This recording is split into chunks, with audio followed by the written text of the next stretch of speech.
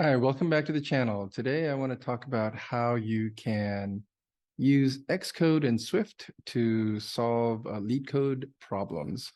Now, many of us are more familiar with Swift than any of the other languages, such as Python or Java or JavaScript.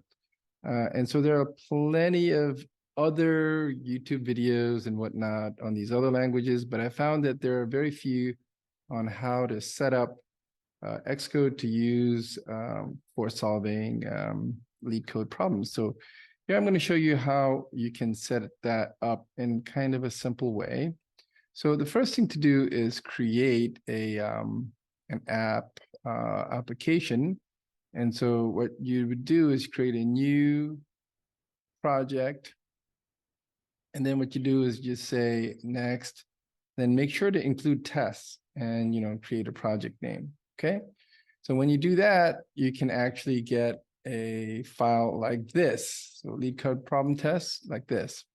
So what I'm going to do is just get rid of the setup with error and setup with teardown right here, because we don't need that. And I'm also going to get rid of the test performance example because we're not going to need that for today. So I'm going to go back to the web page where we're going to have Safari, and we're going to just look at the valid parentheses. Here, what I've done is gone to Leetcode, and then what I've done is I have looked at just the difficulty of easy, and then I happen to have this one that hasn't been done yet that we could look at. So what you're going to see is, I'm going to move this over here. What you're going to see is that on the right-hand panel, there's the solution side, and then here's the problem side. So let me first just copy the solution over to Xcode right here like that. And we can put this class, actually, we can just put it right inside of the problem right here like so. And then this is going to give us a syntax error. So let's just return false to start with so that the syntax error goes away. And I'm going to get rid of this comment also, so we don't need that. So we're just going to call this example 1, and we'll get to that in a minute. Next thing we're going to do is copy over all of this stuff right here. Okay, we're going to just copy all that over to the Xcode and paste that in. Now, let's take a look. So the problem is here, it's that given a string S containing just the characters of open parentheses, close parentheses, open curly brackets, close curly brackets, and then square brackets, open and close, determine if the input string is valid. And an input string is valid if, and then these are the conditions, okay? But the key that I want you to look at for now is that there's an example, okay? So there's an example, and example number 1, funny, the examples didn't come through here, but let's see. Oh, there it is, example 1. And then that's example 2. And then there is example 3, just like that. Okay.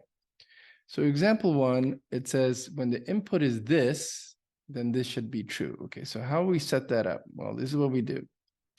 We go to test example 1, and then we're going to say let SUT equals, and then solution, right? And SUT stands for solution under test.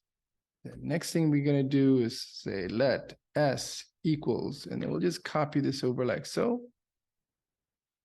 And then what we'll do is say XCT assert equals, and then here it'll be SUT dot is valid, and we'll give it the string S, which is basically right here.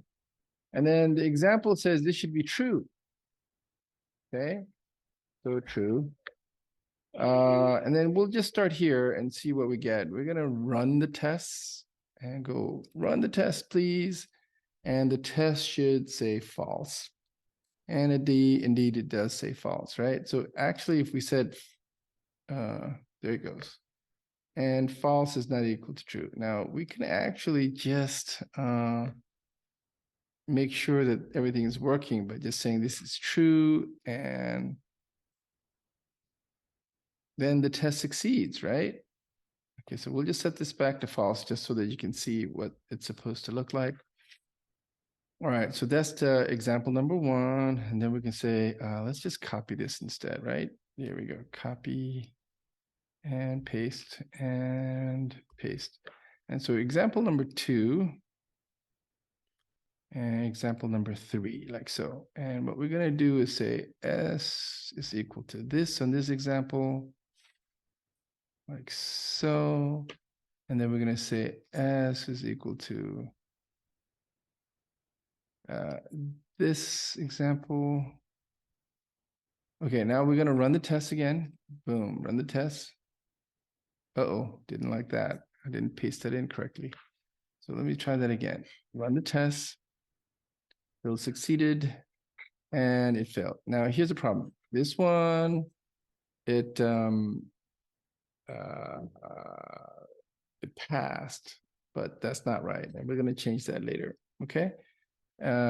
So basically you've set up the test examples and then you can write your code in here to solve your problem, which is this here, this code.